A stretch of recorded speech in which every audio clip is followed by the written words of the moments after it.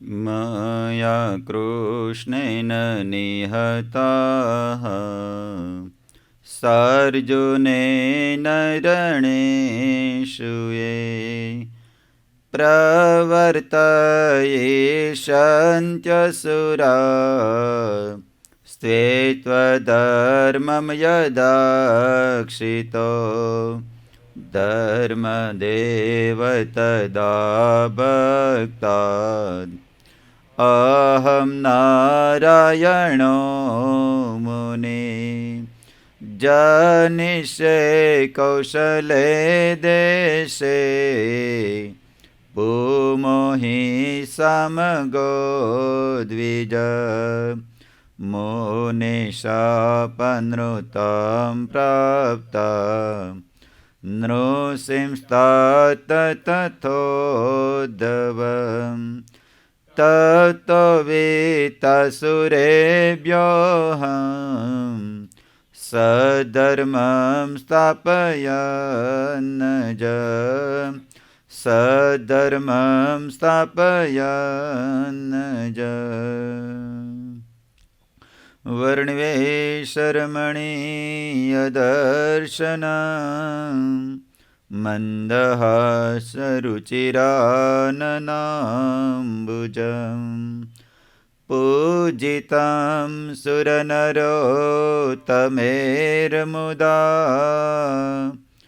धर्मनन्दनमहं विचिन्तये। ॐ श्रीपूर्णपुरुषोत्तमाय नमो नमः। श्रीघनश्यामाय हरिकृष्णाय श्रीसहजानन्द स्वामिने नमो नमः।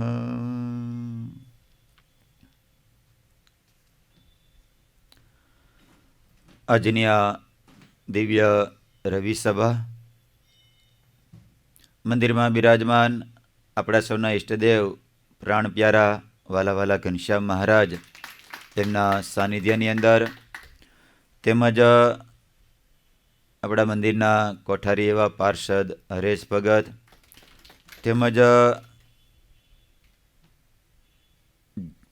પરમસુખ સ્વામી તેમજ પૂજ્ય અક્ષરજીવન સ્વામી, પૂજ્ય કરુણાસાગર સ્વામી, પાર્ષદ વિદેહી ભગત તેમજ તમામ ભક્તોને ઘણા ભાવથી હેતથી જય સ્વામિનારાયણ.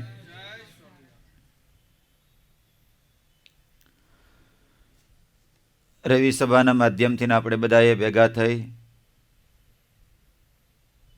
ભગવાનમાં પ્રીતિ થાય અને સાથે સાથે ભગવાનના સંતો અને ભગવાનના ભક્તોનો આપણને મહિમા સમજાય, આવા હેતુથી આપણે બધાએ ભેગા થઈ સાથે મળી અને મહારાજનો મહિમા અને ભગવાનના સંતો ભક્તોનો મહિમા ગાય. આ ભવસાગર તરવા માટે આપણને ભગવાને આ મનુષ્ય તન આપ્યું છે.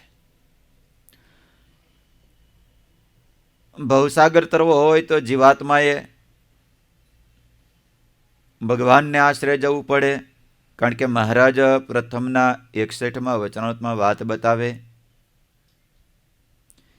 કે આત્મનિષ્ઠાના માધ્યમથી જીવાત્મા સુખ દુઃખ રૂપી નદીઓને તરી જાય છે, પણ અંત સમય એટલો બધો વિકટ છે કે જેના માધ્યમથી જીવાત્માને ભવસાગર તરવો હોય, જેને તરતા આવડતું હોય તે ભલે અને તરતા ન આવડતું હોય એ બંનેને ભગવાનનો શરણાગતપણું, ભગવાનનો દ્રઢ આશરો સ્વીકારવો જ પડે છે. એના વગર ક્યારેય ખારા સમુદ્ર પાર કરવો હોય તો જહાજના માધ્યમ વગર, નાવના માધ્યમ વગર ક્યારેય કરી શકાતો નથી. એમ સંસાર સાગર પાર કરવો હોય, ભવસાગર પાર કરવો હોય તો જીવાત્માએ ભગવાનના આશરારૂપી નાવ પકડી લે, એના વગર ક્યારેય સંસાર સાગર ભવસાગર તરી શકતો નથી. તો આવો ભવસાગર તરવા માટે ભગવાને આપણને અમૂલક મનુષ્ય દેહ આપ્યો છે.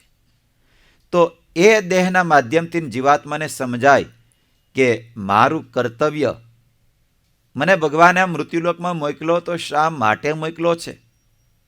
અને અહીંયા આવ્યા પછી આપણું રસ્તો કયો છે, જવાનું કયા છે, હું કોણ છું અને કયા પંથે મારે જવાનું છે અને કેને પામવાનું છે, આ 3 શબ્દો સમજાવવા માટે આપણે બધાએ આખી જિંદગી સત્સંગ કરતાં કરતાં એક ભગવાન સત્ય છે અને એક ભગવાનના ભક્તો, એક ભગવાન સત્ય છે, બાકી બધું જ ભગવાન વિના કહેતા ભગવાનના સંબંધ નથી, એ તમામ અસત્ય છે.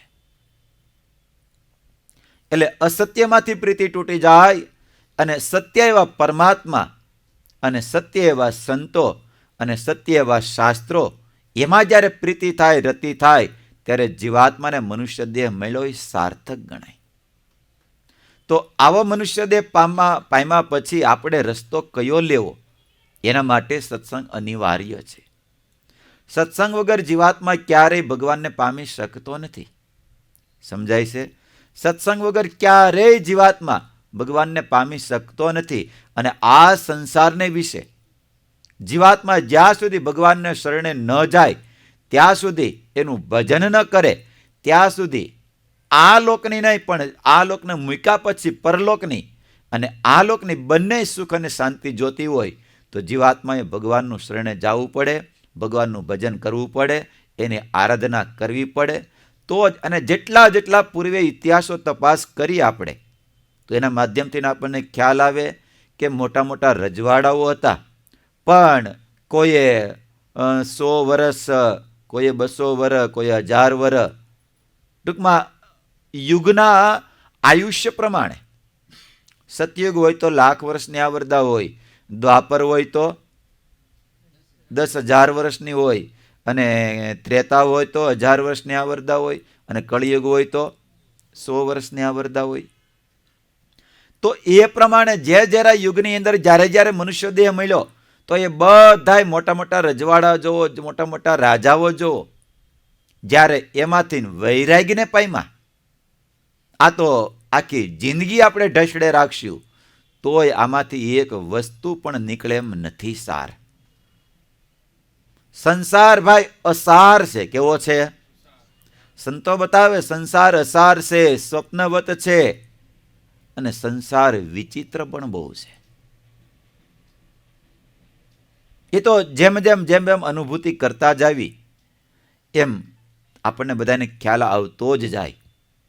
સંસાર અસાર છે, સંસાર વિચિત્ર છે, અને સંસાર કેવો છે?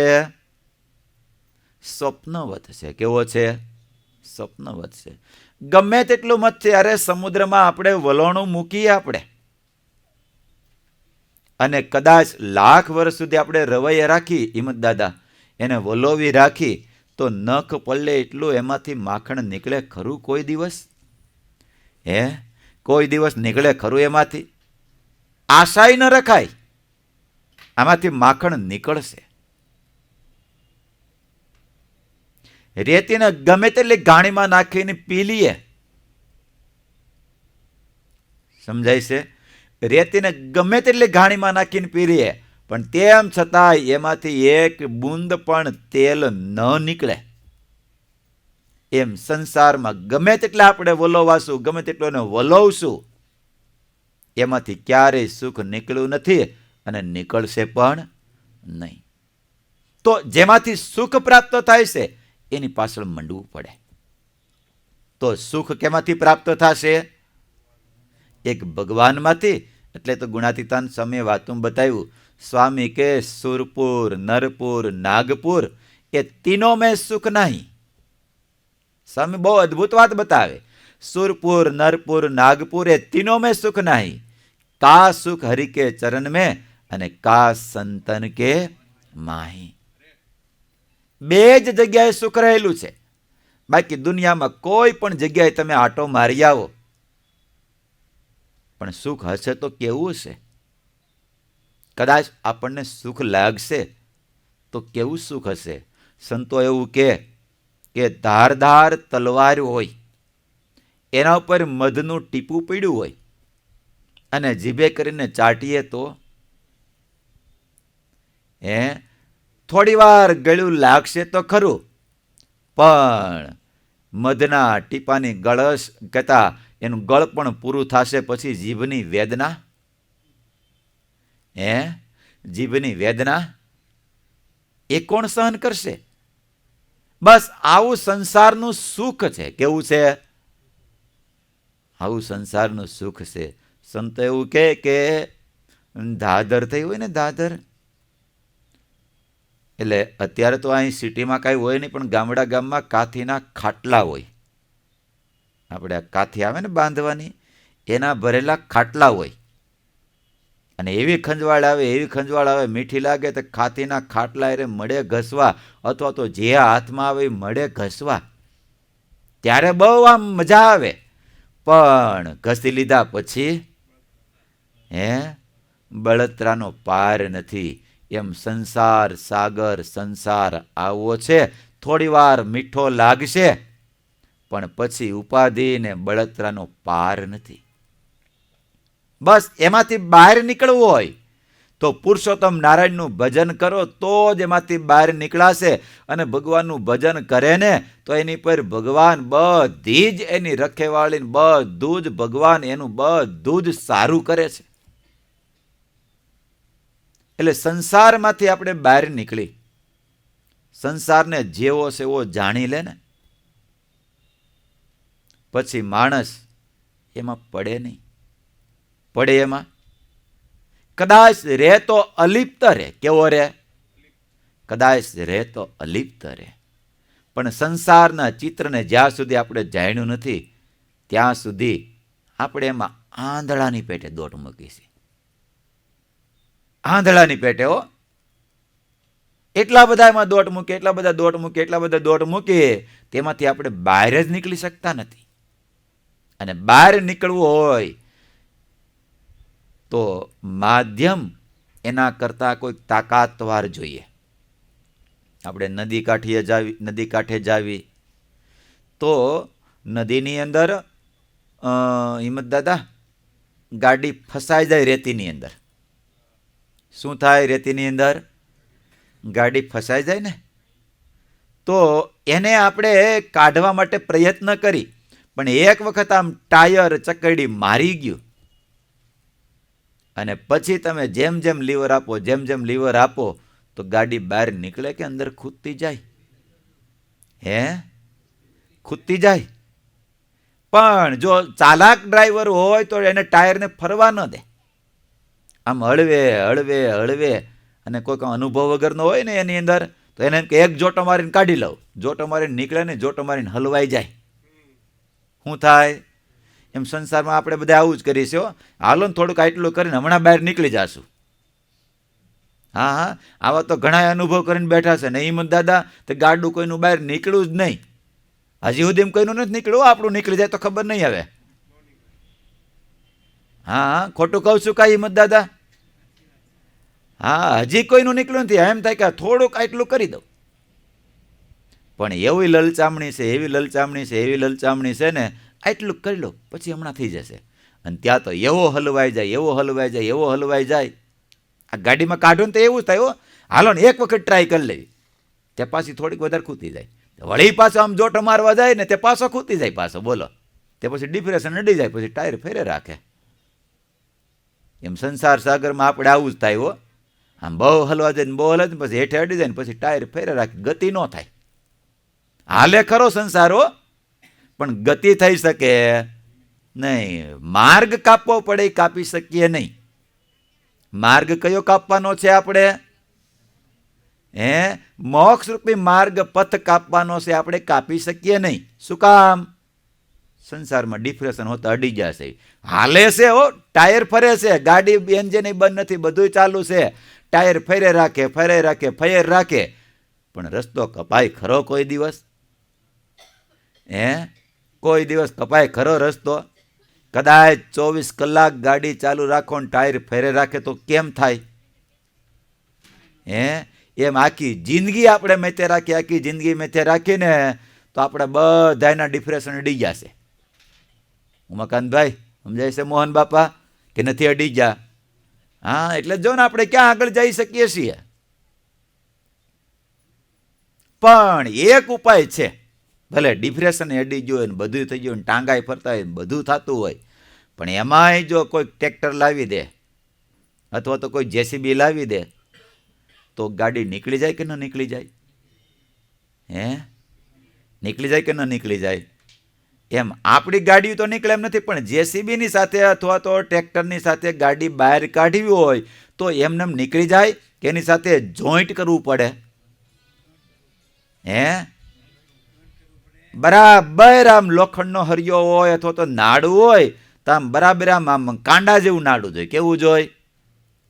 નકર તો ઓલું ટ્રેક્ટર જોટો મારે ને તો નાડું તૂટી જાય પાછું, તોય નીકળી શકે નહીં. પણ બરાબર આમ તાકાત વાળું એની જો આપણે લગાડી દઈએ ને, બાંધી દઈશું ને, અને પછી તાકાત ટ્રેક્ટરની તાકાત થશે અને થોડુંક આપણે લીવર આપશું તો આપણી ગાડી રેતીમાં ફસાયેલી છે ને તો એમાંથી બહાર નીકળી ધીમે ધીમે કરતા ભલે થોડીક વાર ઢવડાવવું હોતું ને પડશે હારું હાર. સમજાય છે? ગાડી હું કઈ એમને હાલી જતી છે, થોડીક વાર ઢવડાતી ભલે એને નીકળવું નથી કદાચ, પણ ઓલાની અરે બંધાઈ ગઈ છે ટ્રેક્ટરની સાથે, જેસીબીની સાથે બંધાઈ ગઈ છે, તો ઢસડાતી કાંઠે પોગી જાશો ને પછી ગતિ મળશું કરવા. સમજાય છે? કાંઠે પોગી જાશો ને પછી મળશું ગતિ કરવા, પણ આપણાથી તાકાતવાળાની સાથે નાતો બાંધવો પડશે. જે ફસાયેલા ન હોય ને એની સાથે નાતો બાંધવો પડશે. કોની સાથે નાતો બાંધવો પડશે? કેમાં ફસાયેલા? એ બાપા સંસારમાં ફસાયેલા ન હોય એની સાથે નાતો બાંધવો પડશે. કોની સાથે? સંસારમાં ફસાયેલા ન હોય ને એની સાથે નાતો બાંધશું ને તો આપણી ગાડી ભલે થોડુંક વાહ ઢવડાવવું પડે. અમિત ભગત સમજાય છે? ક્યારેક કઠણ લાગે, વહમું લાગે, પણ ઢવડાતા જાશું ને તો અક્ષરધામ સુધી આપણો રસ્તો કપાઈ જશે. પણ હેતરૂપી આત્મબુદ્ધિ રૂપી નાડું બાંધવું પડશે. સમજાય છે? અને એવા કોણ છે? એવા કોણ છે? સંતો છે, જે આપણને સંસાર સાગરમાંથી બહાર કાઢી અને આપણી ગાડી તો ડિપ્રેશન ઓડી લગભગ બધાની અડી ગયેલી છે. નાની બાપા કેમ છે? હા, ઘણી બધું આપણે લીવર આપી રેસ કરીએ, બધું કરી, પણ ગતિ થતી નથી. પણ જો આવા સંતોની સાથે નાતો બાંધી દેશું, હેત થઈ જશે, પ્રીતિ થઈ જશે ને તો ભલે કદાચ ખોટું વહમું લાગશે, ઢવડાવવી પડશે. હા, કે ન ઢવડાવવું પડે હોતન, પણ જો એમને નાડું બાંધી રાખ્યું તો પછી રસ્તો સારો આવશે ને ફ્રેશથી આપણે ચાલતા જાશું. સમજાય છે? ફ્રેશથી ચાલતા જાશું. એટલે ગાડી આપણી ફસાઈ ગયેલી છે, સંસારમાંથી બહાર કાઢવું હોય તો ભગવાનના સંતોની સાથે હેત કરીએ, આત્મબુદ્ધિ કરીએ. ખાલી હેતથી હજી પતશે નહીં હોય, એક જોટો મારશે ને તો તૂટી જશે, વાર નહીં લાગે. સમજાય છે? ખાલી હેત હશે ને તો જોટો મારશે ને તો તૂટતા વાર નહીં લાગે, પણ આત્મબુદ્ધિ થઈ છે ને તો ગમે તેવા જોટા મારશે તો તૂટશે નહીં. એ ઢસડાતો ઠેઠ ભગવાનના ધામ સુધી પોગી જશે. સમજાય છે? પોગી જશે. એટલે જેવી દેહમાં અહમ બુદ્ધિ છે અને જેવી સગા સંબંધીમાં મમત્વ બુદ્ધિ છે, એવી જ્યારે ભગવાનના સંતની સાથે જીવાત્માને થઈ જાય ને ત્યારે મહારાજ વચનામૃતમાં પ્રથમના 54માં વાત બતાવે. મહારાજ કે જીવાત્માને અક્ષરધામનો દરવાજો ખુલ્લો થઈ જાય છે. એટલે ભગવાનના સંતોની સાથે જીવાત્માને જ્યારે આત્મબુદ્ધિ થઈ જાય છે ત્યારે જીવાત્માને અને ભગવાનના સંતના વચનમાં વિશ્વાસ આવે ને, અને તમે જો જેટલા મોક્ષને માર્ગે ચાલ્યા ને એ તમામ સંતોના વચને કરીને જ ચાલ્યા છે. મહદઅંશે કોક જ એવો લાખોમાંથી નીકળે, હજારોમાંથી નહીં, કે પોતાની મેળે ભગવાન ભજતો હોય એવા તો લાખોમાંથી એકાદો નીકળવો હોય તો નીકળે, પણ ન નીકળે. સમજાય છે? ન નીકળે. પણ ભગવાનના સંતોની સાથે આત્મબુદ્ધિ થઈ જાય, હેત થઈ જાય તો જીવાત્માને મોક્ષનો માર્ગ આખો ખુલ્લો થઈ જાય છે.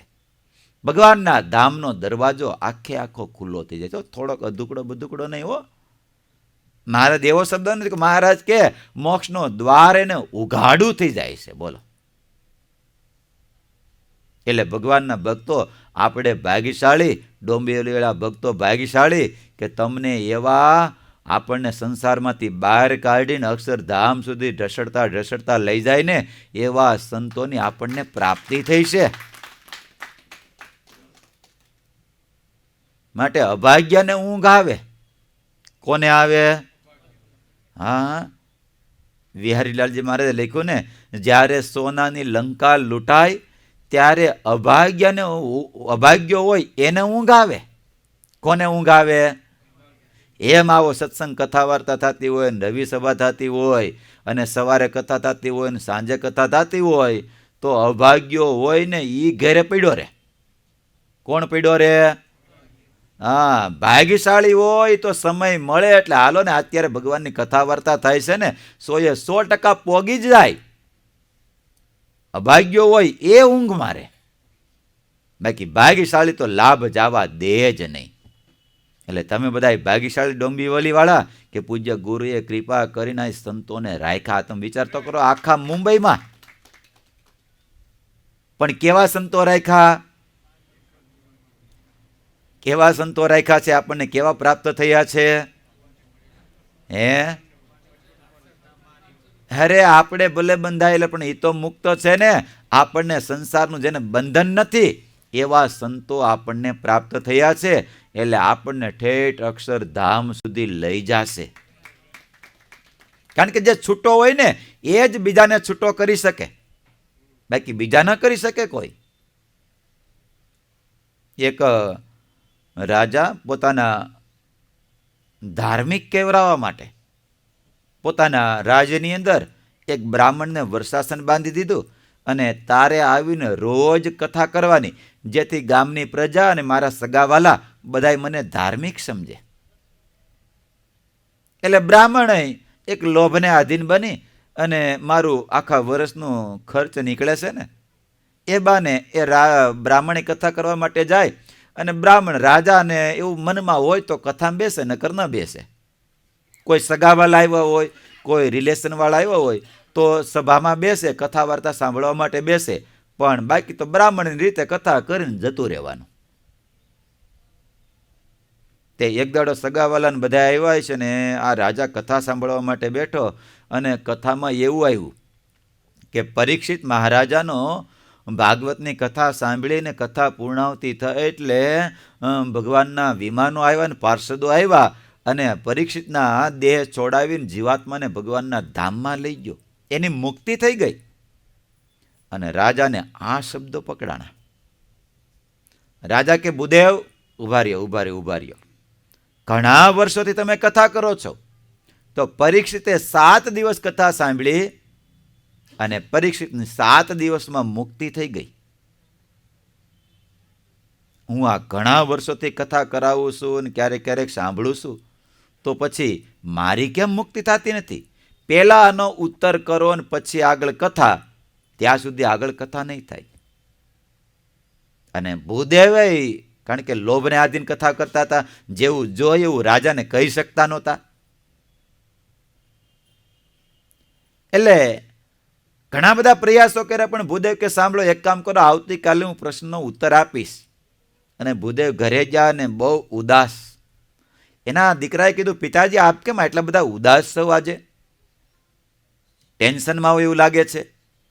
ત્યારે એને પિતાજી કે કાંઈ નહીં બેટા, એ કે નાના પિતાજી હું મદદ જે થાય એ કરીશ તમારી, તમ તારે જે હોય કહો તમ તારે. ત્યારે એના પિતાજીએ બધી ઘટના કીધી કે આવી રીતે રાજાએ મને પ્રશ્ન કર્યો અને છોકરો આખી વાતને પામી ગયો. અને પિતાજીને કીધું, પિતાજી સાંભળો, એનો ઉત્તર તો હું આવતીકાલે આપી દઈશ, તમે ચિંતા મુક્ત.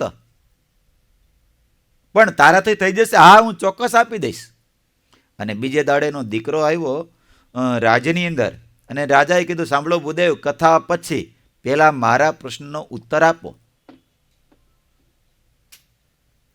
એટલે એનો દીકરો કે સાંભળો રાજા, એ પ્રશ્નનો ઉત્તર હું આપીશ. તો પહેલા પ્રશ્નનો ઉત્તર કરી પછી એ કથાનો પ્રારંભ થશે. ત્યારે રાજાને કીધું, સાંભળો, પહેલાં તમારે પ્રશ્નનો ઉત્તર સાંભળવો હોય તો હું કહું એમ કરવું પડે. હા બોલો, શું કરવું? તો કે થોડી વાર મને તમારા રાજ સિંહાસન ઉપર બેસવા માટે આપો.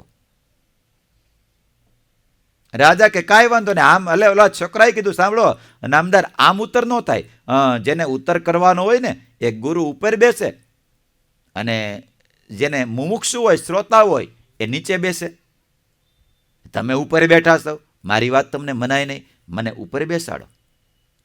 એટલે રાજાએ પોતાના સિંહાસન ઉપર એ ભૂદેવના દીકરાને બેસાડ્યો. અને જેવો સિંહાસન ઉપર બેઠો એટલે 2 મિનિટ થઈ એટલે એના દીકરાએ હુકમ કર્યો, સાંભળો સિપાહીઓ, આ મારા બાપાને અને આ રાજાને બેયને સામે થાંભલા હતા, બેયને થાંભલા સાથે બાંધી દો. અને હુકમ થયો, કારણ કે રાજા થઈ ગયો તો સિંહાસન પર બેઠો એટલે બેયને થાંભલા સાથે હાથ પગની સાથે બાંધી દેવામાં આવ્યા.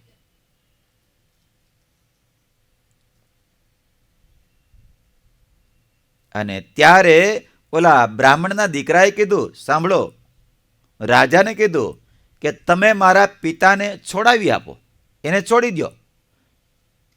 રાજા કે જરીક તું જોતો ખરા, હાથે બાંધી દીધા ને પગે બાંધી દીધા, તારા બાપાને કેમ છોડું? એના બાપાને કીધું, પિતાજી તમે જરીક રાજાને છોડી આપો, એના હાથ પગ બંધાઈ જશે, છોડી આપો. એના પિતા કે સાંભળ બેટા, જોતો ખરા, બેયના હાથ પગ બાંધી દે, એકાબીજા કોણ છોડાવે? કોકના છૂટા હોય, મુક્ત હોય, એ જ છોડાવી શકે કે બીજા છોડાવી શકે? અને ત્યારે એનો દીકરો કે સાંભળો રાજા, એના પિતાજીને કીધું, સાંભળો પિતાજી, બેય છે ને એક પ્રતિષ્ઠાને માટે બંધાયેલા છો અને એક લોભને આધીન બંધાયેલો છો, બેય બંધાયેલા છો. કોઈ બાંધેલા કોઈ છોડાવી શકે નહીં. એકાદા મુક્ત હોત ને તો બીજા બંધાયેલાને છોડાવી શકત. તમે લોભની અંદર બંધાયેલા છો. અને રાજાને કીધું, તમે માન અને પ્રતિષ્ઠામાં બંધાયેલા છો, માટે તમારી મુક્તિ થતી નથી. એમ આપણે તો સંસારમાં બંધાયેલા છે, પણ આ સંતો જે આપણને પ્રાપ્ત થયા છે ને, એ સંસારથી વિરક્ત છે અને સંસારથી મુક્ત છે. એટલા માટે આપણને પણ સંસારમાંથી મુક્ત, આપણને પણ એ બંધનમાંથી છોડાવી અને ભગવાનને વાલા આપણને પણ કરી દેશે. માટે ભગવાનના ભક્તો, આ સંતોની સાથે એવી હેત અને એવી આત્મબુદ્ધિ રાખવી, જેથી કરીને ગમે તેટલા જોટા આવે પણ તેમ છતાંય આપણી ગાડી પડી રે નહીં. પણ કેવી આત્મબુદ્ધિની સાથે હેત કરેલું હશે તો થશે, નકર નહીં થાય. એટલે ભગવાનના ભક્તો, ભગવાનના સંતો, એ સંસાર તો હાવ આવો જ છે. એમાં જેમ જેમ આપણે નીકળવાનો પ્રયાસ કરી એમ બહાર નીકળી શકાશે અને ગાંઠના ખૂદતા જવાશે. અને બીજો સંસારને કાદવ અને કીચડ જેવો પણ કીધો. કેવો કીધો? હા, કાદવ અને કીચડમાં ફસાણા હોય તો જેમ જેમ બહાર નીકળવાનો પ્રયાસ કરો ને તેમ પગ ઊંડા ચાલ્યા જાય, બહાર ન નીકળી શકીએ. પણ કોઈક હાથ દેનારો હોય, પણ એ કેવો?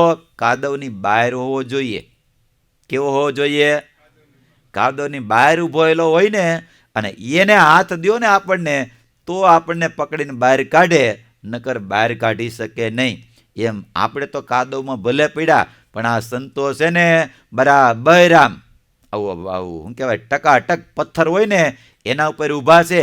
એની ઉપર કદાચ આપણે ગમે એટલું લોડિંગ આપશું ને તો એ ખુદ છે ને આપણે બહાર નીકળી જશું. સમજાય છે? આપણે બહાર નીકળી જશું. એટલે ભગવાનના ભક્તો, આવા સંતના વચનથી આપણે ભગવાનની ભજન ભક્તિ આરાધના કરશું ને તો આપણને અનેક ગણું ફળ મળશે. એટલે ભગવાનમાં ખૂબ વિશ્વાસ રાખીને ભગવાનનું ખૂબ ભજન કરવું. એક મહાત્મા ગામડાની અંદર ગયેલા અને કથા વાર્તા અને બધું કરતા હતા. ગામના ઘણા લોકો બધા પધાર્યા હતા સત્સંગ કરવા માટે. એટલે પછી મહાત્માએ ભગવાનના વિશ્વાસનું, ભગવાનના ભજનનું બહુ પ્રતિપાદન કર્યું. અને ગુણાતીતાન સ્વામીએ કીધું છે ને, સ્વામી કે કોઈ જો ભજન કરે ને તો એના સોળની અંદર મોતિયા લાડુનો વરસાદ કરું. કેના? મોતિયા લાડુનો વરસાદ કરું. બોલો, તો આ સંતો બધા એવો મહિમાની વાતો બધી કરતા હતા કે કોઈ ભજન કરે ને ભગવાનનો વિશ્વાસ હોય ને તો ભગવાન એને જમવા માટે પણ આવે, મોઢામાં કોળિયા આપે. બહુ બધી ભગવાનની વાતો કરી અને સભા શ્રીપતિમ થઈ, પૂરી થઈ. બધા ભક્તો પેગે લાગીને જાતા હતા. એમાં એક મુસ્લિમ બાળક 10-12 વર્ષનો આવેલો અને એણે આ બધું સાંભળેલું અને મનોમાં નક્કી કર્યું, આ નકરા જો ને મહાત્માઓ નકરી મોટી મોટી વાતો કરે છે, એમ કાંઈ મોઢામાં કોઈ કોળિયા દઈ દેતા હશે કાંઈ કે. પણ મનોમય નક્કી કર્યું આ મહાત્મા કહેશે ને, માટે કોઈને કીધું નહીં, પોતે નક્કી કરી નાખ્યું કે આજે મારે જંગલમાં જઈ એક ઝાડ નીચે બેસી અને રામ રામ રામ રામ ભજન કરવું છે. જોઉં છું 24 કલાક ભજન કરીશ. જો મને મોઢામાં રૂપિયા ન દે ને, એટલે રૂપિયા હું કોળિયા ન દે ને, તો મહાત્માના જઈને ટાટિયા ભાંગી નાખું. આવી મોટી મોટી ખોટી વાતો કરો છો. આવું નક્કી કરી નાખ્યું અને ત્યાંથી સીધો જંગલમાં ગયો. એક મોટો ઘટાઘૂટ વડલો હતો, એની નીચે ઉપર ચડી વડલાની અને બેસીને રામ રામ રામ મળ્યો ભજન કરવા. તે સવારનો ચડી ગયેલો, તે દી આથમો, પણ હજી કાંઈ એંધાણ દેખાણા નહીં. કેના? રોટલાના. હા, એંધાણ કાંઈ દેખાણા નહીં, જમવાના કાંઈક તો આવવું જોઈએ ને, કાંઈ દેખાણું નહીં. પણ તેમ છતાંય સાધુ મહાત્માના વચનમાં વિશ્વાસ રાખી એ મહાત્મા કહેતા હતા આજ તો મારી પરીક્ષા પૂરેપૂરી કરી લેવી છે, જો ન થાય તો મહાત્માના જઈને ટાટિયા ભાંગી નાખવા. એટલે ભજન કરતો ગયો. એમાં બરોબર એક દિવસે બપોરે 3-4 વાગે ત્યાંથી જાન પસાર થયેલી અને થોડી વાર એ ચક્રી વડ કહેવાતો, તો ત્યાં થોડી વાર વિરામ કર્યો અને જાન પાછી ઘરે પહોંચી. ત્યાં વરરાજાને ઉલટી ને આવું બધું મળ્યું થવા. હા, આવું બધું મળ્યું થવા. એટલે ગામમાં ત્યારે તો અંધશ્રદ્ધા બહુ હતી. એટલે દવાખાને લઈ જવાને બદલે ભુવાને બધાને બોલાવીને બધું જોરાયું તો કે આને કાંઈક થઈ ગયેલું છે. એ કે તો કે ક્યાં રોકાણા હતા? તો કે ચક્રી વડે રોકાણા હતા. કે નક્કી ત્યાં કંઈક ભૂત ભૂતાને વળગેલું હોવું જોઈએ. શું વળગેલું હોવું જોઈએ? એટલે આ પછી મળ્યો તો ભુવા ધૂણવા મળ્યા કે એને જોઈએ છે શું? તો કે એને લાડવા જોઈશે, ગાંઠિયા જોઈશે, રોટલી પૂરી દૂધપાક બધું મળ્યો બોલવા. એ મને આપો તો મને નિરાશ થાય, નકલ કાંઈ ન થાય. છોકરો બોલો મળ્યો વરરાજો હતો. ત્યાં તો બધા કે હાલો હાલો જલ્દી કરો, બનાવીને જલ્દી ત્યાં પોગાડ્યો એટલે છોકરાને સારું થઈ જાય. અને બધાએ બનાવીને સરસ મજાના મોટો પાકો થાળ ભરી આ પૂરી ને દૂધપાક ને શીરો ને બધું જ બનાવીને આ ખમણ ને ગાંઠિયા ને બધું જ બનાવ્યું. બધું જ બનાવીને ત્યાં વડલા નીચે રાખી આવ્યા અને કીધેલું છોકરો બોલેલો ભાઈ વગલા નીચે રાખ્યા હોય કે, અને વડલા નીચે રાખી આવ્યા અને એ પાછા આવતા રહ્યા અને ત્યાં રાત્રિ પડી ગઈ. પણ ઓલો છોકરો મનમાં વિચાર કરે આશા બંધાણી થાળ આવ્યો ખરો. હું આશા બંધાણી આવ્યું ખરું, સંતોનો 50% હા પડી ગઈ, પણ હજી મોઢામાં કોળિયા મૂકવાના છે. ક્યાં મૂકવાના છે? મોઢામાં કોળિયા મૂકવાના છે. આમ કેમ મળશે? પણ પછી તો શ્રદ્ધા વધે ને થોડી. આવી ગયો થાળ મૂકીને જતા રહ્યા. એને એમ કે હમણાં મને જમવાનું પૂછશે, પણ પૂછ્યું નહીં, મૂકીને જતા રહ્યા બધા. એટલે છોકરો તો ભજન ચાલુ અને રાત્રિના 10 વાગ્યા ને ત્યાં 4 ચોર આવ્યા. કોણ આવ્યું? 4 ચોર આવ્યા. અને એનું રોજ પહેલા અહીંયા મિટિંગ કરવાની, પછી કઈ બાજુ ધાડ પડાવવા જવાનું નક્કી કરવાનું. એનું ઠેકાણું કયું હતું? Bus stand. એ ચક્રીવડ હતો. ત્યાં જઈને બેઠા અને જોયું ત્યાં તો લે તો થડીએ તો થાળ ભરેલો છે. એટલે હાલને ભૂખા થયા છે, પેલા ખાઈ લેવી. ત્યાં બીજો હાથ પકડીને કે મરવું છે તારે? કે આ તો કોઈકને ખબર પડી ગયા 4 જણા અહીંયા આવે છે એટલા માટે કદાચ આમાં ઝેર નાખીને મૂક્યું હોય તો આજુ પાડોશીમ જો આડોશીમ પાડોશીમ જો બધે આજુબાજુમાં જો બધે કોઈ છે નહીં ને, છુપાઈને રહ્યું નથી ને. આજુબાજુમાં નજર કરી કે વડલા ઉપર જો તો આમ બેટરી ફેર્યો ટોર્ચ કે દેખાતું નથી ને કોઈ. અને જામ ફેરવતા ફેરવતા ફેરવતા ઓલો છોકરો દેખાણો. એ છોકરા, આ કોણે મૂક્યું છે? એ બોલે બોલે નહીં હો કાંઈ. ત્યારે બીજો કે એક કામ કરીને પેલા છે ને એના આપણે થોડીક ટ્રાય કરી. હા હા, એનામાં થોડીક ટ્રાય કરી. જો કાંઈક થાય તો આપણે ન ખાવું, કાંઈ ન થાય તો આપણે ખાવું. એ કે ઓલા કીધું હેઠાય હું ન આવું. એ કે પછી આ બધા ભેગા થઈને પકડીને હેઠો ઉતાર્યો. આ ખાતો, મારે કાંઈ ખાવું નથી. હા, મારે કાંઈ નથી ખાવું. એ કે પછી 2 જણાએ મોઢું પકડી રાખ્યું અને ઓલાએ 1 જણાએ હાથમાં કોળિયો લઈને પેલાને પૂરી દૂધપાક ચખાડો તો ઓલો મોઢું ખો આમ દૂધપાક હોઠે લઈ ગયા ને તે મયડો ઘૂંટડો ભરીને પીવાય. એ પાછો બોલે આને પૂરી આપો તો પૂરી ખાવા માંડ્યો, શીરો આપો તો શીરો ખાવા માંડ્યો. બધું જ ખમણ ગાંઠિયા જે કાંઈ હતું ને બધું જ ખાવા માંડ્યો. છેલ્લા જોતા લોટામાં પાણી છે, પાણી પાવતું એમાં કાંઈ નથી ને તે પાણી પાયું. અને પછી કે તને કાંઈ થાય છે? કે હા. શું થાય છે? કે ઊંઘ આવે છે. કે હુવા દ્યો. એ કે બીજું કાંઈ થાય છે? બીજું કાંઈ થતું નથી. કે પેટમાં બળે કાંઈ થતું નથી. અને ત્યારે ઓલાને હા પડી ગઈ કે સાધુ મહાત્મા કહેતા હતા એ વચન સાચું છે. કોઈ જો ભગવાનની શ્રદ્ધા રાખીને વિશ્વાસ રાખીને ભજન કરે ને તો ભગવાન એને મોઢામાં કોળિયા આપે છે. અને પછી સીધો ત્યાંથી ઘરે ન ગયો અને એ સાધુ મહાત્માની પાસે જઈ અને સાધુ મહાત્માની પાસે જઈને કે સાંભળો મહાત્માજી, મને દીક્ષા આપો.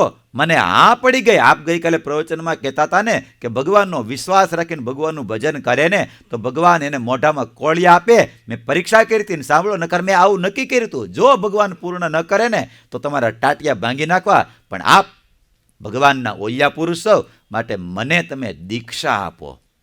અને એ સાધુ મહાત્માએ દીક્ષા આપી અને એ મુસ્લિમ બાળકના મોઢામાંથી શબ્દ નીકળ્યા, અજગર કરે ન ચાકરી પંચી કરે ન કામ. અજગર કરે ન ચાકરી પંચી કરે ન કામ, દાસ મલુકા યુ કહે સબકો દાતા રામ. શું નામ પડ્યું એનું? હા, દાસ મલુકા, જેના ભજનો તન પણ આવે છે ઘણા બધા. એક બીજું કોઈ નહીં બાળક, એ દાસ મલુકા થયા. હા, ડેડકાને ગારો ને હાથીને ભારો, સૌને આપે 1000 હાથવાળો. આ બધા શબ્દો દાસ મલુકાના છે. બોલો, મુસ્લિમ હોવા છતાં એક સાધુ મહાત્માના વચનમાં વિશ્વાસ આવ્યો ને તો એક પુરુષોત્તમ ભગવાન રામનું ભજન કરતા થઈ ગયા. બોલો, પણ જેને વિશ્વાસ હોય ને થાય. એટલે ભગવાનના ભક્તો આ સંતો કહેશે અને સંતો કહેશે કે ભગવાનનું ભજન કરો, ભગવાનમાં વિશ્વાસ રાખો.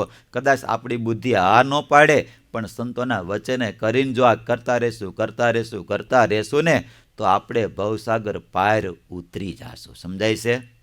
ભવસાગર પાર ઉતરી જાશું. તો ભગવાનના ભક્તો, અને આ સંસારમાં છે ને માણસની પાસે ગમે તેટલું આવે ને તો કોઈ દી પૂરું થાય એમ. અરે એક રાજાના દરવાજામાં ભીડ જામી ગઈ. હા, તે આખું ગામ ભેગું થયેલું. એમાં કોઈક અજાણો માણસ આવીને પૂછ્યું, ભાઈ એટલી બધી ભીડ કેની છે? રાજાને પ્રશ્ન કર્યો. ત્યારે રાજા કે એક આ ભિક્ષુક આવ્યો છે અને મેં એને આપવાનું કીધું. તો એણે એવું કીધું કે આ મારું ભિક્ષા પાત્ર ભરાઈ જાય ને એટલું મને આપજો, વધારે મારે જોતી નથી, હું તો સંતોષી છું. અને સાંભળો, મને એમ કહેવાય એને પછી મેં કીધું આ હોના મોરને બધું આપો ને. સૈનિકોને આજ્ઞા કરી, ખજાનચીને આજ્ઞા કરી બધાને આપવાનું.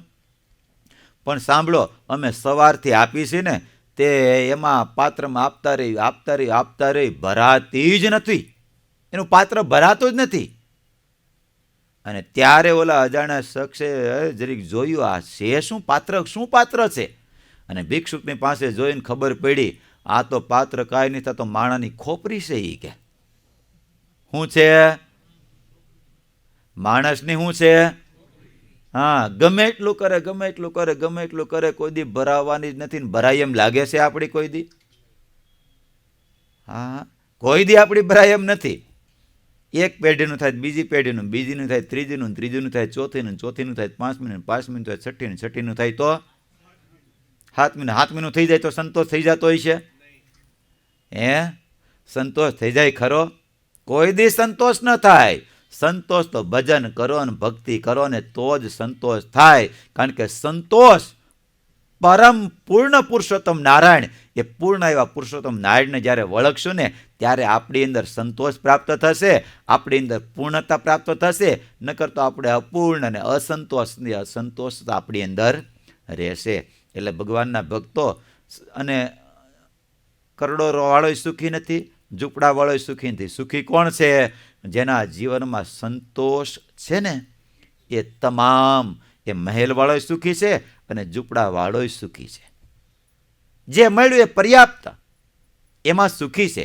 બાકી તો ગમે તેટલું આપણે કરવા માટે જાશું ને તો એમાં ક્યારેય સુખ અને શાંતિ પ્રાપ્ત થશે નહીં. તો ભગવાનના ભક્તો, જો તમને દ્રષ્ટાંત યાદ આવી ગયું કહી દઉં.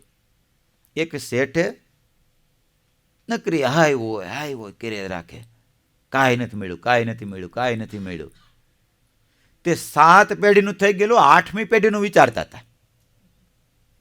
પણ એના પત્ની બહુ આમ ધાર્મિક અને સંતોષી, પતિની બહુ ચિંતા કરે, ઘણા બધા સમજાવે ને આ બધું પડતું મૂકો ને ભજન કરો ને બધું કહે.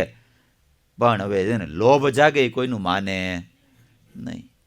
ઘણું બધું કીધું પણ માને નહીં. પણ એક આઈડિયા આવી ગયો એને.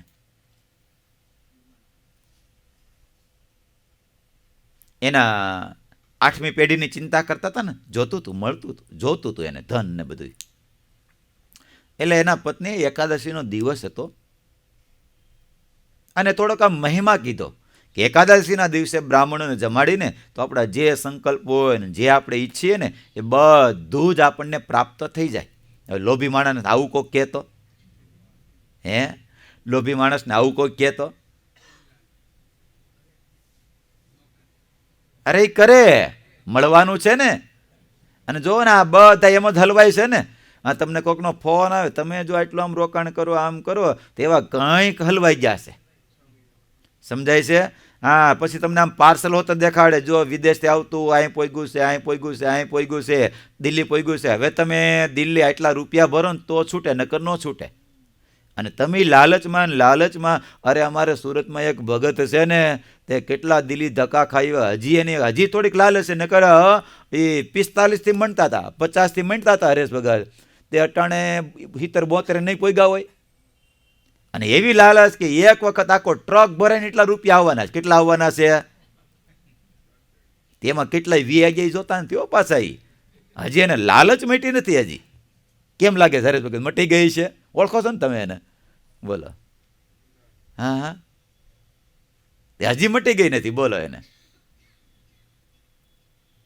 એટલે લોભી એને પત્નીએ કીધું, સાંભળો કે આજે એકાદશી છે અને બ્રાહ્મણોને જમાડીને તો બહુ પુણ્ય થાય. અને સાંભળો, આ જે આપણી બાજુમાં જ ઓલા દુર્ગાશંકર બ્રાહ્મણ, હા બોલ ને, બહુ સારો પવિત્ર બ્રાહ્મણ છે, એને આવતીકાલે 12 પારણા તમે કરાવો ને, એને સીધું સામાન આપો ને, અને એ સીધું સામાન જમે ને તો તમે 8મી પેઢીની ચિંતા કરો છો ને એ તમારું કામ પતી ગયું, કામ થઈ જશે. અને આ ભાઈને વાતની હા પડી. એટલે એના પત્નીએ સરસ મજાનું આમ સીધું ગોળ, ઘી, સાકર, ખાંડ, લોટ બધું જ તૈયાર કરી, મરી મસાલા થાળ તૈયાર કરીને ઉપર કપડું ઢાંકી એના પતિને કીધું, પતિદેવ શેઠને કીધું, લ્યો આ ઓલા દુર્ગાશંકર બ્રાહ્મણ છે ને એને તમે આપી આવો. અને શેઠ તો આપવા માટે ગયેલા. દુર્ગાશંકરને કીધું, લ્યો ભૂદેવ, આવતીકાલે 12 મારા તરફથી તમને પારણા છે, લ્યો આ સીધું સામાન લઈ લો. દુર્ગાશંકર કે શેઠ માફ કરજો, હું નહીં લઈ શકું, નહીં સ્વીકારી શકું. કેમ? એક કોઈક બીજા ભગતનું સીધું આવી ગયું છે, માટે મને ન ખપે, મારે સવારના પારણાનું આવી ગયેલું છે, પણ તમે બીજે દાડે વાપરજો. ત્યારે દુર્ગાશંકર કે સાંભળો શેઠ, મને એક જ ટાણાની ચિંતા હશે, આવતીકાલની ચિંતા હું નથી કરતો. શું કીધું? મને મળી ગયું છે આજનો, આવતીકાલના પારણાનું મળી ગયું છે, એના પછીની ચિંતા હું નથી કરતો. એ ચિંતા બધી જ હું ઠાકોરજી ઉપર જવા દઉં છું. એટલે આપણે કહેવત છે ને, શું કહેવત છે? જેણે દાંત આપ્યા એ ચાવવાનું આપશે. શું આપશે? જેણે દાંત આપ્યા ને એ ચાવવાનું આપે. હિંમત દાદા, હા હા. તારે એક ભાઈ છે ને ડૉક્ટરની પાસે ઓલા દાંત બધા પડી ગયા ને તે ચોખ્ઠું કરાવવા માટે ગયા. શું કરાવવા માટે ગયા હિંમત ભગત? હા, તે દાંતના પેલા માપ આપી આવ્યા, પછી ડૉક્ટરે ચોખ્ઠું તૈયાર કરી દીધું ને પાછા ગયા ને દાંતમાં બેહાર દીધા બરાબર. આમ જ્યાં ઘસવું પડે ત્યાં ઘસી દીધું, બરાબર સેટ કરી દીધા. ડૉક્ટર કે હવે તમે છૂટા ભાઈ. એટલે આ ભાઈ બહાર આવીને ટેબલે બેઠા. 10 મિનિટ થઈ, 15 મિનિટ થઈ, અડધો કલાક થયો, પોણો કલાક થયો. ઓલા ડૉક્ટર અંદર કાચમાંથી જોવે, ઓલો ભાઈને બધુંય પતી ગયું છે, હજી કેમ જાતો નથી? એટલે બહાર ટેબલે બેઠા ને બોલાવીને કીધું, ઓલા ભાઈને કીધું હવે તમે છૂટા છો, કાંઈ કામ નથી. તો કેમ હજી બેઠા છો, બીજું કાંઈ કામકાજ છે?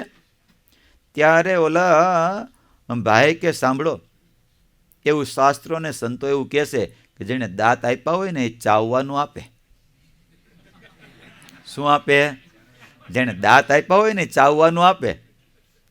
તો ડૉક્ટરે આ ચોખ્ઠું આપ્યું છે, જરી કયો ચાવવાનું ખાવાનું આપે જરી. એટલે ઓલો ટેબલે બેઠો હતો ને એણે જઈને ડૉક્ટરને વાત કરી કે ઓલો ભાઈ તો આવું કહેશે. અને ડૉક્ટરે ભાઈ રે આમ માથાનો હો, આમ ઓફિસમાં નજર કરી ત્યાં બરોબર ટેબલની એક ખૂણે ઓલા સફરજન પડ્યા હતા.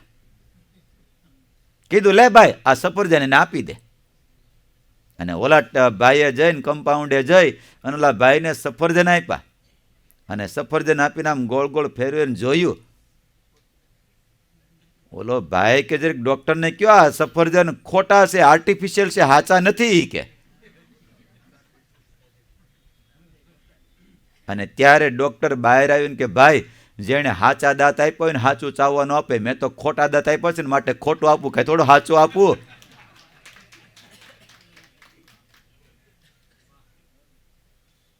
આમાંથી બીજો સાર એ પણ ગ્રહણ કરવાનો. ડૉક્ટરે ખોટા દાંત આપ્યા હતા પણ ખોટું ચાવવાનું આપ્યું તો ખરું ને. સમજાય છે? ખોટું તો ખોટું આપ્યું તો ખરું ને. એમ જેને ભગવાન ઉપર ભરોસો હોય ને એને ભગવાન આપે, આપે ને આપે જ. જે પૂજ્યપાદ ગુરુને આટલો બધો ભગવાન ઉપર ભરોસો છે તો જે સંકલ્પ કરે એ નથી પૂર્ણ થઈ જતા. પણ આપણે સંકલ્પ કરીએ પણ આપણને પૂરો વિશ્વાસ બેસતો નથી. આપણને આપણા કાંડા ઉપર થોડોક વિશ્વાસ બેસ કે નહીં પર હું કરું તો જ થાય, નકર કાંઈ થાય એમ છે. આપણે તો ઓલા ગાડા હેઠે કૂતરો હાલ્યો જતો હોય ને એને જેવું છે, હું કરું એ જ અજ્ઞાનતા. જેમ સકટનો ભાર શ્વાન તાણે. આપણને એમ લાગે હું કરું છું તો જ થશે. હા જો ને તમે બધા ઘરને માથે લઈને ફરો છો ને હારે લઈને ફરો છો એટલે તમારી ચિંતા છે. અમે મંદિર ભલે મંદિરમાં રહી પણ મંદિર હારે લઈને ન ફર્યો. હા અહીંથી સરદાર ગયા એટલે અહીં પછી ઠાકોરજીને જે કરવું એ કરે. નહીં હરેશ ભગત ત્યાં બેઠા બેઠા નિરાતે ભજન કરીને સંતોનો લાભ લઈને કથા વાર્તાનો લાભ લઈ મોજમાં. અને તમે બહાર ગયા હોય તો તમે બહાર ગયા હોય તો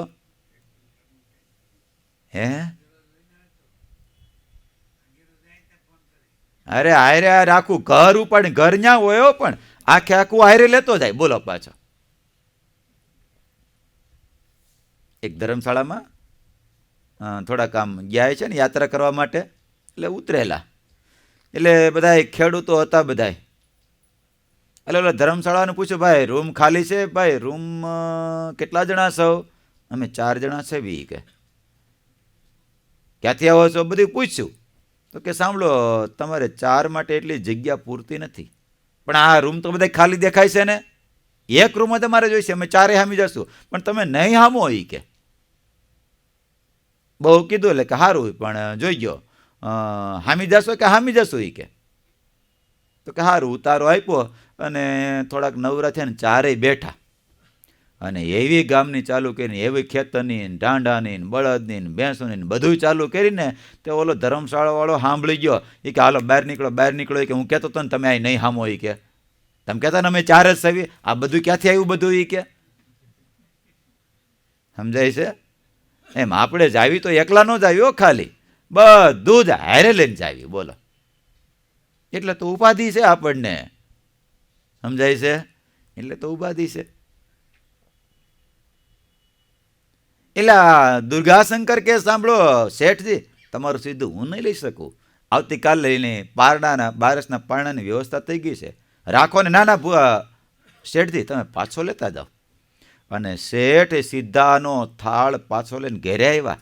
એના પત્નીએ કીધું કે, કારણ કે એના પત્ની છે ને ખબર હતી આ દુર્ગાશંકર છે ને સંતોષી છે, એક વખત મળી જાય પછી બીજાનું લેતા નથી. એટલે એના પત્નીએ જ એને થાળ પોગાડી દીધેલો, સીધો સામાન બધું જ. એટલે શેઠ થાળ લઈને પાછો આવ્યા. એના પત્નીએ કીધું કે, શેઠ કેમ થાળ ન લીધો? આપ્યો નહીં દુર્ગાશંકરને પારણાની રસોઈ ન આપી? તો કે ના. એ કે કેમ ન લીધી? તો કે દુર્ગાશંકરે કીધું કે મારી પાસે બારસના પારણાની આવી ગઈ છે એટલા માટે ન લીધી. તો બીજે દાડે કામમાં આવત ને. તો એણે એવું કીધું કે મને ભગવાન ઉપર ભરોસે છે, હું એક ટાણાની ચિંતા કરું છું, એક દિવસની ચિંતા કરું છું, બીજા દિવસની ચિંતા હું કરતો નથી. અને ત્યારે એના શેઠાણી કે સાંભળો, દુર્ગાશંકરને ભગવાન ઉપર ભરોસો હોય ને બીજા દાડાની ચિંતા ન કરતા હોય તો તમને જે કે એમાંથી કંઈ મળે છે. અને શેઠને એમાંથી માર્ગદર્શન મળી ગયું, એમાંથી ઉપદેશ મળી ગયો કે જો દુર્ગાશંકર એકની પાસે કાંઈ નથી એની પાસે અને બીજા દાડાની ચિંતા ન કરતો હોય તો મારી પાસે તો 7 પેઢીનું છે અને મારા પત્ની મને રોજ મનાવે છે તો હું માનતો નથી, તો મારે આ ઉપાધિ છોડી દેવી જોઈએ. અને શેઠને વાત સમજાઈ ગઈ. 8મી પેઢીની ચિંતા છોડી દીધી.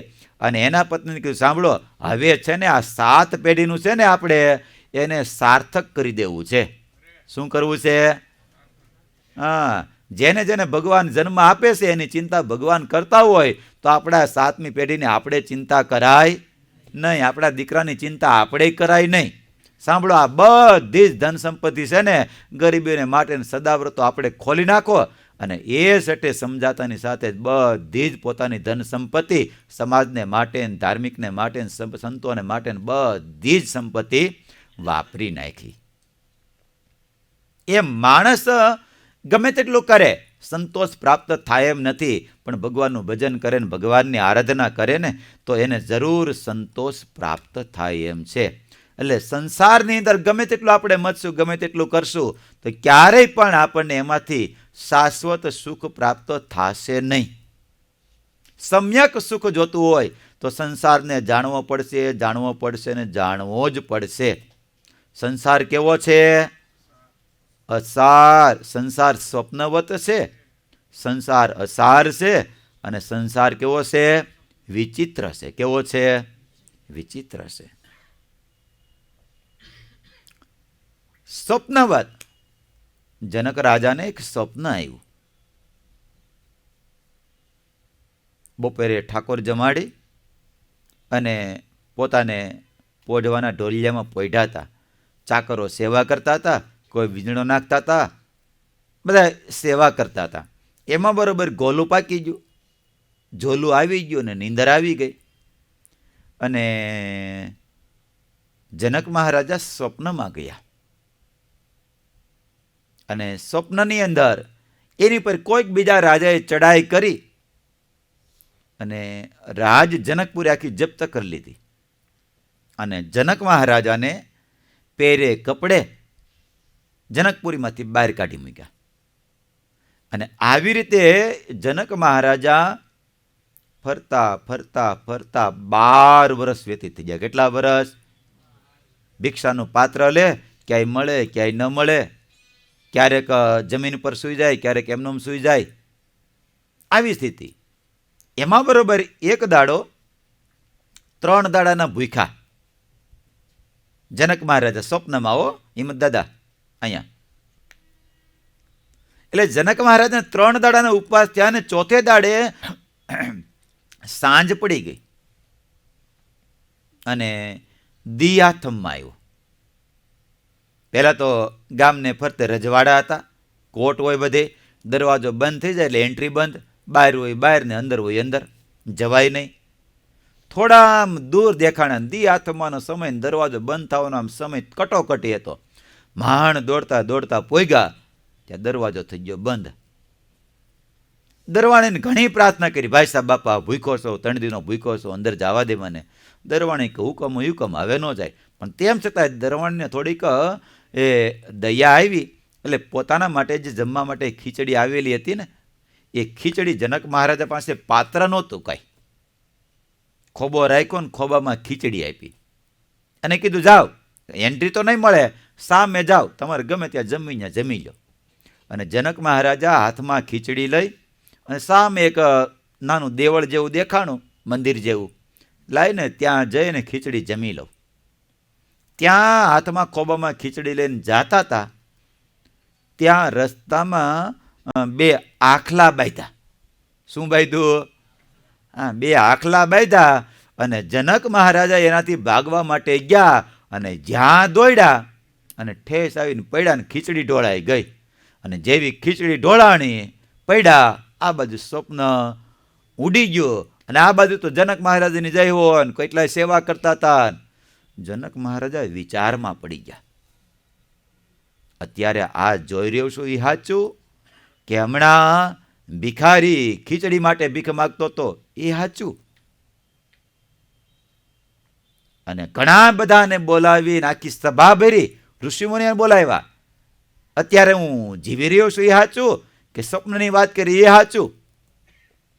અને ત્યારે અષ્ટાવક્ર, જો કે કથા બહુ લાંબી છે, પણ અષ્ટાવક્ર ઋષિએ એનો ઉત્તર કર્યો, સાંભળો, અત્યારે જે આંખ ખુલ્લી છે અને જોઈ રહ્યા છો એ ખોટું છે, અને આંખ બંધ થતી ને જે જોઈ રહ્યા હતા ને એ પણ ખોટું છે.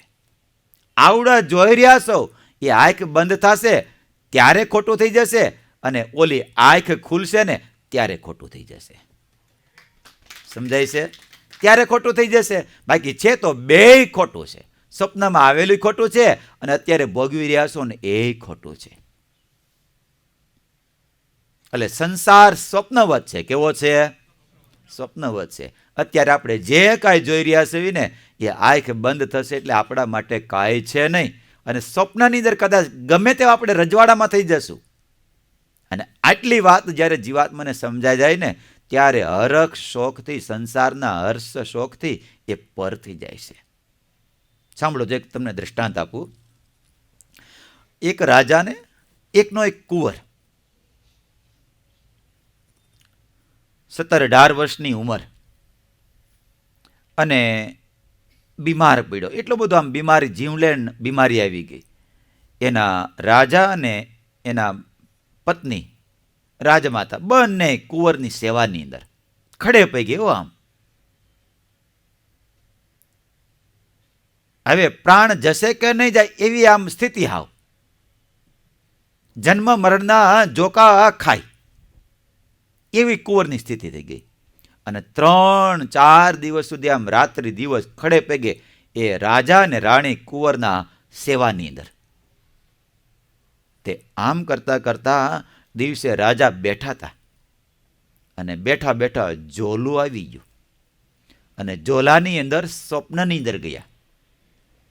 સ્વપ્નની અંદર ગયા અને સ્વપ્નની અંદર તો એ આમ મોટા જબર રાજા અને 12 રાણીઓ. કેટલી?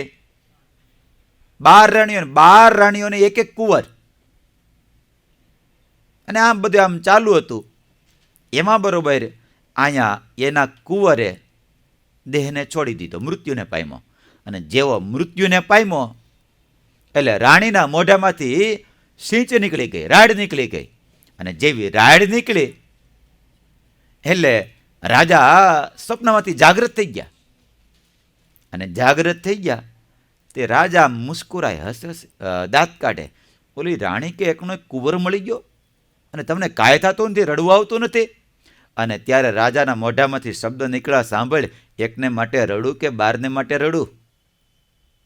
સમજાય છે? દ્રષ્ટાંત સમજાય છે? એકને માટે રડવું કે 12ને માટે રડવું? હા, તો એક હતો, હમણાં સ્વપ્નમાં ગયો ને ત્યારે 12 હતા, 12 વ્યા ગયા. 12ને માટે રડું કે એકને માટે રડું? એમ આ સંસાર સ્વપ્નવત છે. કેવો છે? સ્વપ્નવત છે. ગમે તેટલું કરશું, ગમે તેટલું કરશું, તો આંખ બંધ થશે ત્યારે કાંઈ સાથે નહીં આવે, નહીં આવે ને નહીં જ આવે. બસ ભગવાનનું ભજન કર્યું છે, ભગવાનની ભક્તિ કરી છે, સત્સંગ કર્યો છે, આ હાથે કરી દાન પુણ્ય કર્યા છે, સેવાના કાર્ય કર્યા છે, એટલી જ વસ્તુ સાથે આવશે. બાકી કાંઈ સાથે નહીં આવે, નહીં આવે ને નહીં જ આવે. સંસાર અસાર છે. કેવો છે? અસાર છે. મહારાજ વખતે હરેશ ભગત ઓલા ખેતો ને ભીમો બે કચ્છમાંથી રહેવા માટે આવેલા. એટલે એક દાડો હિંમત દાદા બે છે ને આમ રાત્રે વિચાર કર્યો, હાલો ને થોડોક આમ બાજરો દળી નાખી. એટલે દીવો ઓલવી અને બે આમ બાજરો દળવા માટે લોખંડની પથ્થરની ઘંટી આવે ને એનાથી મેળા આમ દળવા. તે દળતા દળતા સવાર પડી ગયા, અલા અંધાર થઈ ગયું, અંધાર શું કહેવાય, ઘણો સમય વ્યતીત થઈ ગયો. એટલે ખેતો કે હે ભીમા, ખેતો કે હે ભીમા તું જરીક લોટ બાંધ, હું જરીક પાણીને હું ભરતો આવું. ભીમો કે શેનો લોટ બાંધવાનો? એટલે ખેતો કે શેનો લોટ બાંધવાનો? અરે આ બાજરો દળ્યો એનો. અરે તે ઓયરો નથી? અરે મેં તો ખાધો છે. ઓલો કે મેં ખાધો છે કે બાજરો. એ કે તો લોટ ક્યાંથી થાય એમાં? હે લોટ થાય ખરો એમાં કોઈ દિવસ? એમ બે પડની વચ્ચે રાત્રિ ને દિવસ આપણે દળે રાખીએ છીએ, પણ એમાં કાંઈ નીકળશે નહીં. એટલે સંસાર અસાર છે. કેવો છે? હા. અરે એક ઓલા નટો ને જટો હતા ને, બે બ્રાહ્મણ હતા, બે જટાશંકર ને નટા. પછી એને ઉલામણા નામ કહેવાય. કેવા કહેવાય? હરખર એ નટા, બોલો કે જટા. એટલે પણ ઠાકોરજીએ ખબર નહીં એની પર હું કૃપા દ્રષ્ટિ કરી, મહેરબાની કરી, તે બેના વાન આપ્યા ને તે હાવ શીશમના લાકડા જેવા. કેવા? રૂપ આપ્યું. કેવું આપ્યું? શીશમના લાકડા જેવું. તે કોઈ એને બોલાવે નહીં, કાંઈ નહીં. એવા કંટાળી ગયા. એ પછી પરણાય નહીં, કોઈ આપે તો નહીં એને પછી કાંઈ. તે પછી કંટાળી જાય ને પછી તો ગામડે જાય ને ભિક્ષા માગે ને જેટલા દાડા નીકળે ત્યાંથી પડે પાછા બીજા ગામમાં જાય. તો એક ગામમાં ગયા અને સાંજ સુધી મળ્યું, કાંઈ મળ્યું નહીં. હવે રહેવાનું કોઈ આપે નહીં. તેમાં એક ગામની અંદર ગયા અને ગામની સેવાડે એક ડોશીમાં રહેતા હતા. અને ડોશીમાને કીધું, ડોશીમાં ખીચડી સીધું કાંઈ આપશો? ડોશીમાં કે જરૂર આપું ને રહેવા માટે રાત્રિ આપીશ, પણ એક કામ કરવાનું છે, આ બાજરો છે ને મણ એક, એ તમારે દળી દેવાનો, તમને ખીચડીને બધું જ રહેવા માટે બધું જ આપીશ. નટા જટાએ વિચાર કર્યો, કાંઈ નહીં, મળવાનું હતું એટલું તો મળ્યું ને, કાંઈ નહીં, બાજરો બેઠા દળી દેશું આપણી બે. અને સાંજે ખીચડી ખવડાવી અને સામે ઢોર બાંધવાનો ફરજો હોય ને ઢાળિયું, એમાં બેને ઉતારો આપ્યો. અને જમી કારવી નવરા થઈને પરવારી અને ફરજામાં ગયા, ઢાળિયામાં ગયા. ઘડીક વાર આમ લાંબા થયા, પણ ન્યા ડાહલા મૂકે કોઈ દી? મચ્છર મૂકે કોઈ દી? હે હિંમત દાદા, મચ્છર મૂકે કોઈ દિવસ? હા, અડધો કલાક થયો ને ત્યાં તો એવા આમ બટકા ભરે, એવા બટકા ભરે. મુંબઈમાં તો મચ્છર છે જ નહીં હસોડા. હે નથી ને મચ્છર?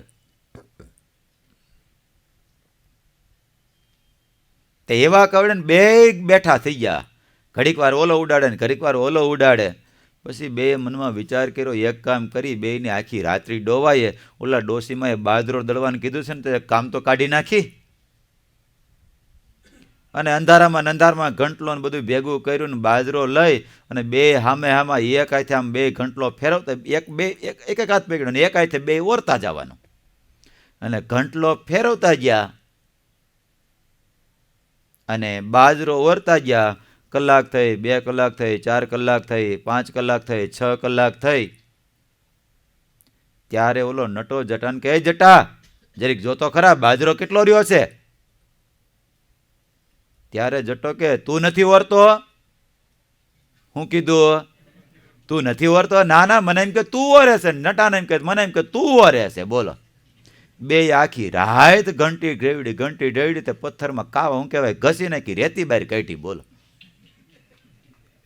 બાજરો તો દળવાનો એમનેમ રહી ગયો. એમ સમજાય છે સંસારમાં કરવાનું ભગવાનનું ભજન ને ભગવાનની આરાધના રહી જાય છે અને ન કરા આપણે ઘસ બે સામે એમાં પાણા ઘસી બાજરો દળાતો નથી. એટલે ભગવાનના ભક્તો સંસાર તો આવો છે, વિચિત્ર છે. કાંઈક માયનું હોય અને નીકળે કાંઈક બીજું. ભરતોજી મહારાજે માયનું તું કાંઈક ને એને એમ કે મારામાં પ્રીતિ છે પિંગલાને, અને નીકળ્યું કાંઈક બીજું. તો ભગવાનના ભક્તો સંસાર આવો છે, એમાંથી બહાર નીકળી ભગવાનની ભજન ભક્તિ આરાધના કરશું તો એટલું આપણને સુખ અને પ્રાપ્ત થશે. તો ભગવાનના ભક્તો દર રવિવારે પણ આ બધા ભગવાનના ભક્તો આવે છે, પણ થોડાક લેટ આવે છે. શું આવે છે? હા, એટલે કમ્પ્લેટ આરતીમાં પોગી જવું આપણે, બરાબર. હા, એટલે બધા અનુસંધાન રાખવું. તો એટલો વિશે અમારે તો 5માં બોલવું ને 15માં બોલવું ને 50માં બોલવું. આપણે કાંઈ બીજું કાંઈ બળ પડે એમાં કાંઈ?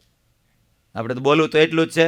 પણ તમને એટલી કથા વાર્તાનો લાભ ઓછો પ્રાપ્ત થાય તો ભગવાનના ભક્તો અને ભગવાનનું ભજન આ જ આપણો સાચો જિંદગીનો લાભ છે.